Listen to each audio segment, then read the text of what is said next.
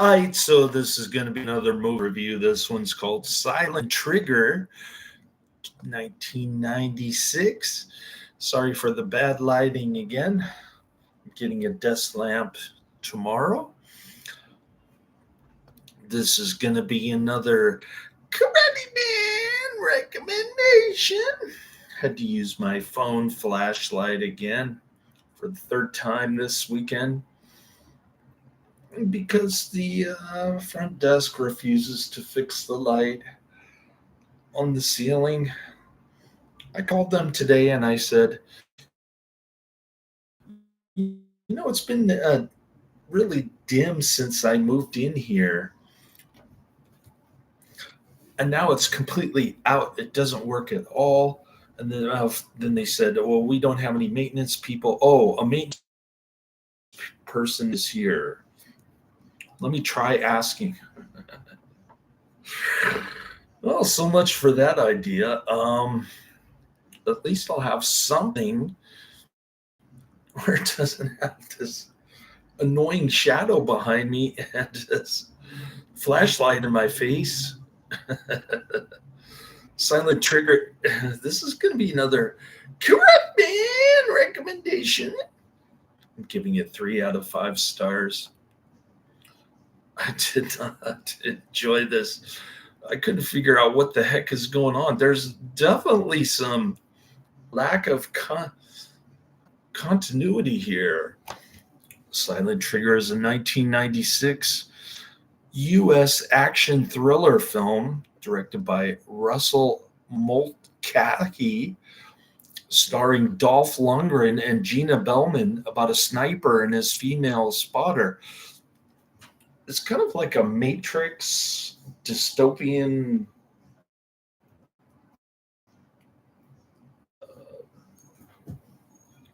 sniper movie, or lack of sniper, because as the movie title indicates,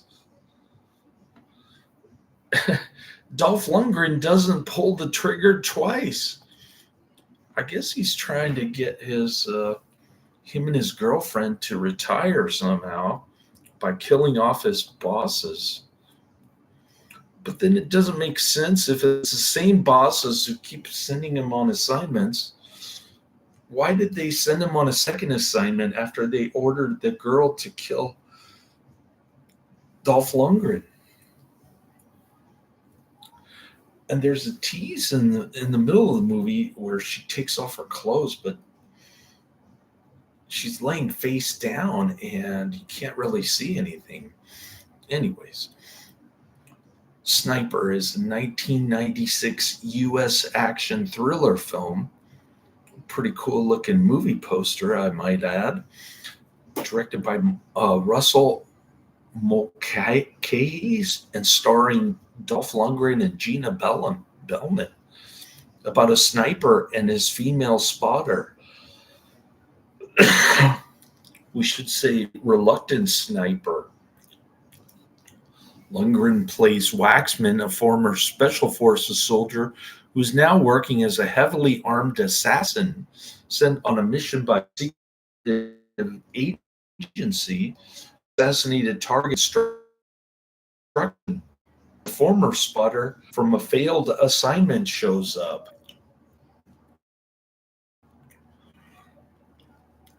The movie takes place in and around an unfinished city skyscraper, the Algonquin, where a sniper spotter team set up a firing platform on a top floor. The two arrive independently of each other.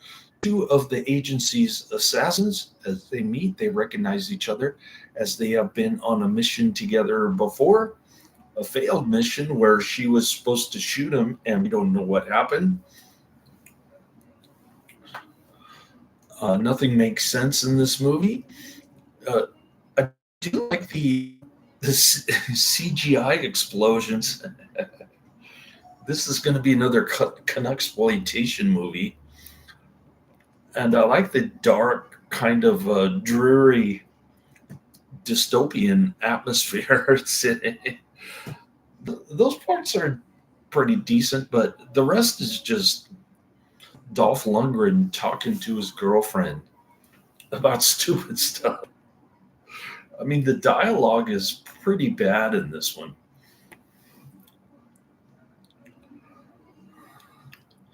This mission is portrayed in a series of flashbacks. In the first flashback, Sniper and Spotter were supposed to assassinate a female politician. Sniper hesitates when the politician lifts a child, and while hesitating, a helicopter appears, air assaulting soldiers in the courtyard behind the team's firing positions. The two defeat the attacking force, including the machine gun equipped helicopter, whose pilot and co pilot are shot through the canopy. Returning to the primary scene, you see how it goes back and forth, and there's no continuity. Returning to the primary scene, one of the construction site drug addicted regular O'Hara, Christopher Heyerdahl, attempts to win a statutory position over by scaring him. As Sniper opens a roof door, a light by the security personnel turns on, and the newcomer Conrad Dunn, leaves in search of it. The internal lift of the building and Spotter surveys Klein's movements. He interrupts his inspections when to open the roof door. She takes him to the lift, sending him downwards. However, just as she is taking him off, she sees Sniper sitting on top of the lift car. He mounts a bomb on the lift car, and when the car begins moving, nearly falls down the shaft. He is saved by Spotter, and they both attempt keeping up the just business facade, although some romantic appreciation is apparent. Dolph Lundgren likes to dip his pen in the company ink, so to speak, with his new girlfriend. They're going to retire together, kill off their employers. All right, distributed by Buena Vista, release date 1996, running time 93 minutes, language English, and budget of $9 million. That's hard to believe. $9 million in 1996? It does not look like a $9 million movie. I don't know what they spent all that money on. Dolph Lundgren? While the two on the rooftop readjust their gear, O'Hara presumably decides to rape Spotter. Spotter pulls her small caliber sidearm, and she threatens O'Hara into the lift. When O'Hara returns downstairs, he picks up his gun and he puts on body armor. He then surprises Spotter while she is standing over the sink of the top floor bathrooms. Standing over the sink of the top floor bathrooms, Spotter points her gun at him, and Spotter shoots a well-aimed bullet into his chest. Unsurprised by this, O'Hara attacks Spotter, but O'Hara is encountered by Sniper, and a violent fight takes place in an unfinished hall between various building materials. Is won by Sniper, and he ties the now bloody O'Hara to a very dirty-looking toilet. This was the only cool scene and the only fight that I remember from Dolph Lundgren. Spotter and Sniper consummate their feelings for each other, off camera, of course. Just watched Prisoner of War with Scott Adkins, which came out recently. Oh, Karate Man's in the chat room. Okay. Fun. Effin loved it. Adkins fighting Japanese soldiers in World War II in Philippines. It reminded me of Missing in Action 2 in a way, the one I recommended. Speaking of Scott Adkins, he has done a couple of movies with Dolph Lundgren, including Castle Falls, which I recommended last year. He even interviewed Dolph on his channel for the Art of Action series. I don't know what that is. Silent Trigger, I like that. There are way better Dolph Lundgren movies I prefer more. The pacing is a little slow, but overall, I like the setting on a skyscraper. Oh, it's some Montreal shell building or something. The movie doesn't look that low budget. It does to me. I don't know what they spent $9 million on. Dolph Lundgren, maybe?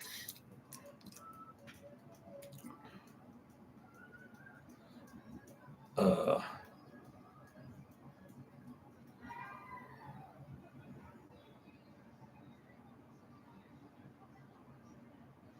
Spotter and Sniper consummate their feelings for each other. Yeah, off camera. That was a real bummer. There's no real nudity in this, unless it's just kind of a side view of her naked body, I guess. Afterwards, as she's, of course, she's got her face down, so you can't see anything.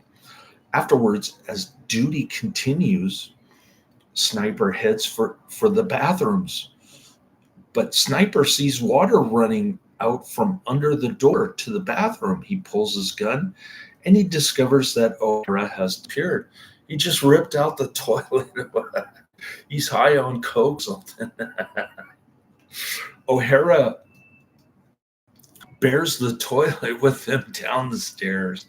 A vengeful O'Hara grabs his shotgun and is about to go upstairs to finish off Sniper.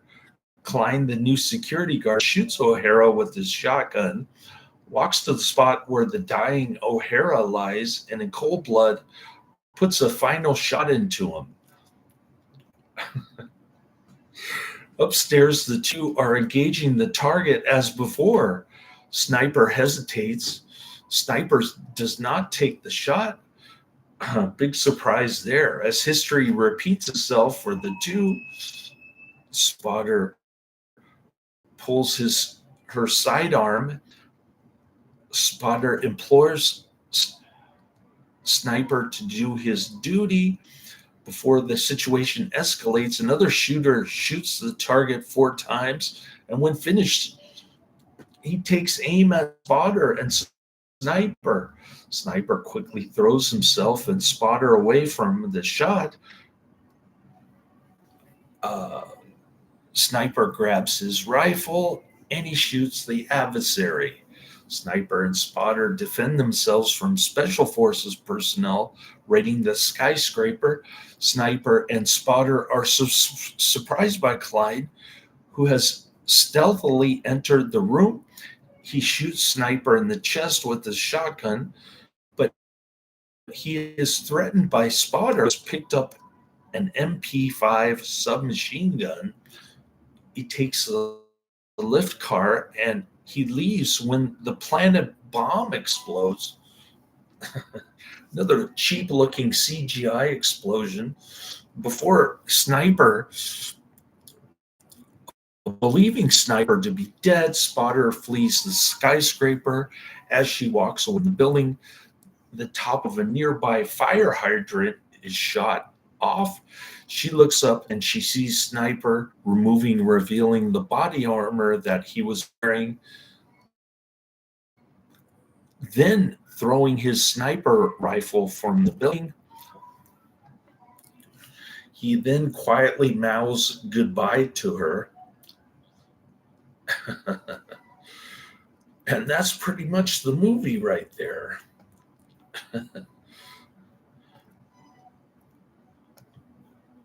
I don't know what the heck that was.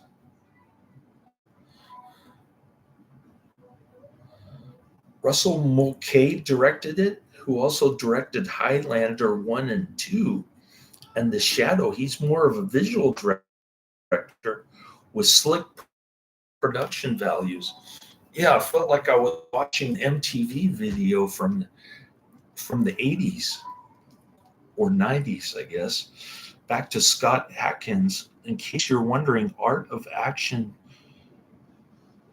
series is Scott Adkins interviewing numerous action stars, including Steven Seagal, Jeff Speakman, Cynthia Rothrock, Michael J. White, e.g. Okay.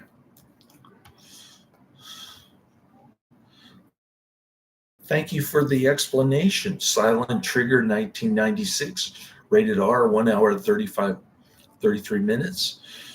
It gets a mediocre 5.4 out of 10 on IMDb, 4,700 ratings. Waxman is a former special forces soldier who's now working as a heavily armed assassin for a top secret government agency. Goes terribly wrong, become the agency's prime target.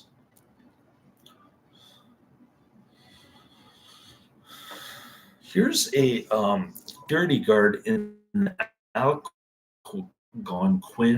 His body is tattooed with his buddy, a load of spiders who seem to urge him to come white. He's really very creepy indeed. The few action scenes in the movie are quite effective, but action fans might find the longers in between to be unpalatable. No kidding. This one is more for the B movie mavens. Plot horrors don't really like this movie because it's a bit of discontinuous. For example, why on earth is Waxman given a second chance after his first failure to complete his assignment? That was my point exactly. But Silent Trigger is perhaps the most entertaining movie I've ever watched, and I could see it again and again. For the true Connors of tripe from this period, it is an interesting debate whether or not to prefer Van Damme or Lundgren. In my opinion, this film marks Lundgren out as the top banana.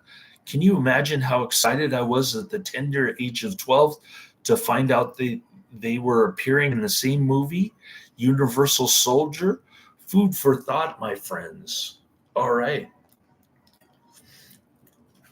That is hard to imagine. Lundgren and Van Damme in the same movie. But it's there. The original screenplay was written on spec in 1987, and it went through various hands and studios who attempted to produce it. In 1991, Rutger Hauer was attached to direct and star in it for producer Michael Jaffe of Spectator Entertainment. Now, that would have been a better movie, in my opinion, if Rutger Hauer had directed and starred in this. I would have enjoyed it more. No question about it. When Waxman goes to investigate the water running into the room after O'Hara breaks the toilet from the wall, the corridor and entrance to the sniper spot room is several centimeters underwater. When Waxman comes back into the sniper spot room, the corridor and entrance to the room are completely devoid of water and dry.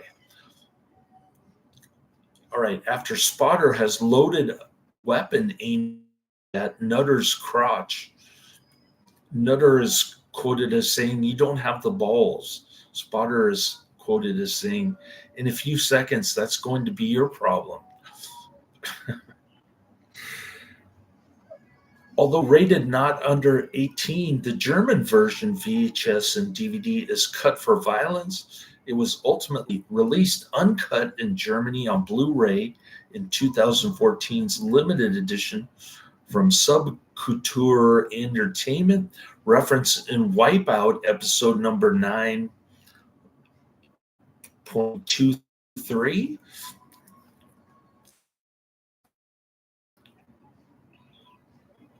from 2001.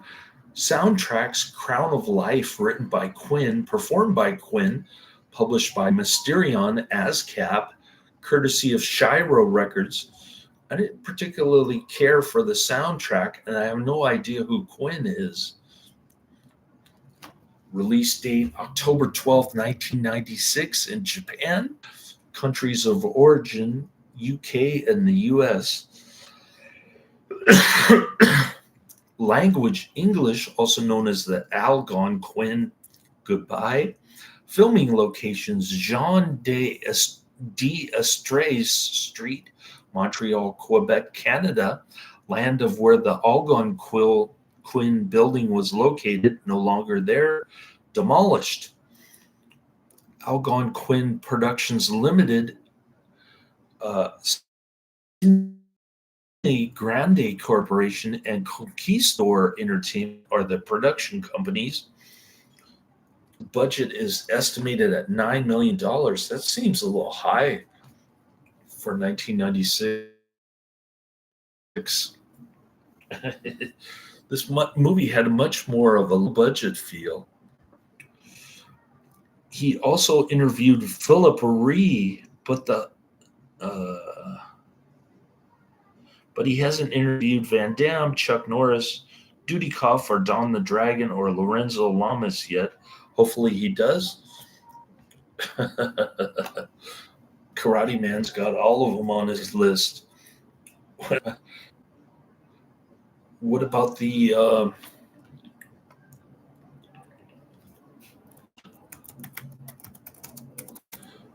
David Bradley? Just disappeared off the face of the earth.